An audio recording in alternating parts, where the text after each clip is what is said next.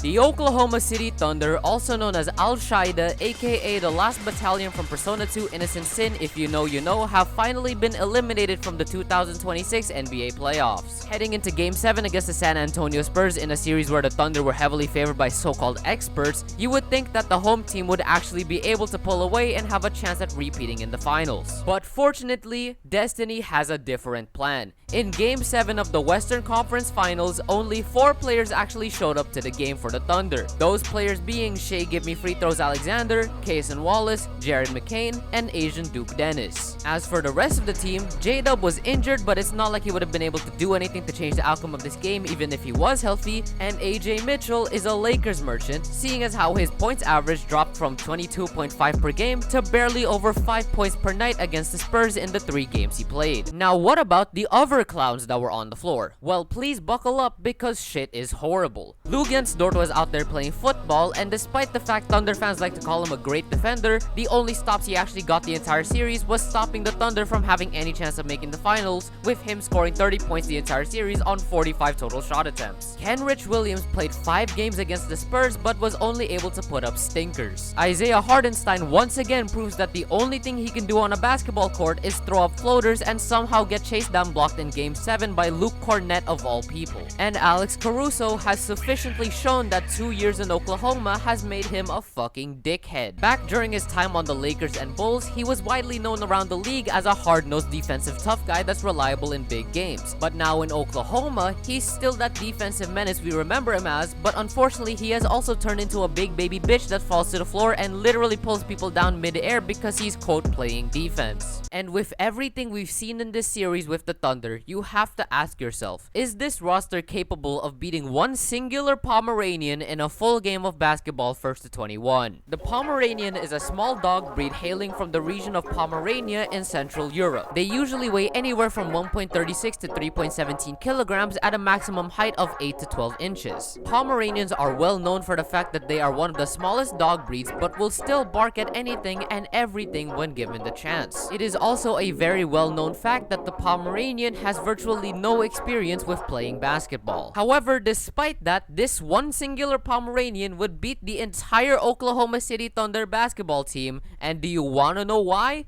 Because Chet Holmgren. While the Pomeranian would try to scramble around and off-balance the ball handler, Chet would be too scared of the little dog. All it would take is one singular bark and the Pomeranian would be in Chet's head the entire game. Do you wanna know why? Because Chet does not have that dog in him. He could not answer to a Pomeranian no matter what he tried to do. Mind you, this is your team's second best player and the person who the Thunder rely on to give them big nights next to Shea. Instead, in a win-or-go-home scenario, Chet Holmgren puts up 4 points, 4 rebounds, 0 assists, 2 blocks, 2 steals, 2 field goal attempts, and 2 of 4 from the free throw line on 33 minutes. And that's only counting stats that show up on the scoreboard. In game, he is too scared to take the ball, causing the team to play 4-on-5 on offense. This is made even worse when they have Dort on the floor, boiling their game plan down to giving Shea the ball and hoping he scores. Chet Holmgren is by far the most disappointing player on the team, and this Game 7 makes that so much more clearer. There was a point in time when people genuinely had Chet over Wemby in the Rookie of the Year race. Thunder fans also glazed this man to death to the point that you'd think he's actually comparable to Wembanyama. In reality, he's a 7-footer that only plays good due to the fact that he's a 7-footer. His mentality is the worst on the team, and he is impossible to have as a core member in the future if you actually want to win meaningful basketball. If anything, he's a skinnier DeAndre Ayton that got lucky enough to be put on a team with other young players and win a championship because Tyrese Halliburton got injured in Game 7. And once the Thunder finally go up against a team with a center that can play defense, Chet Holmgren completely disappears. Before Wembanyama and in the second round, Chet scored 80 points in 4 games against the Los Angeles Lakers. During Wembanyama and in the Western Conference Finals,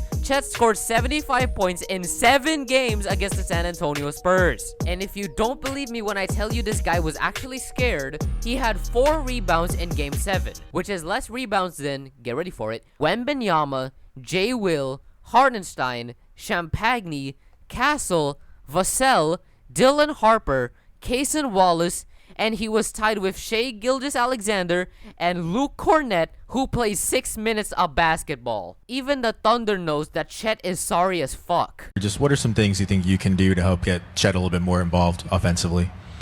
Yeah,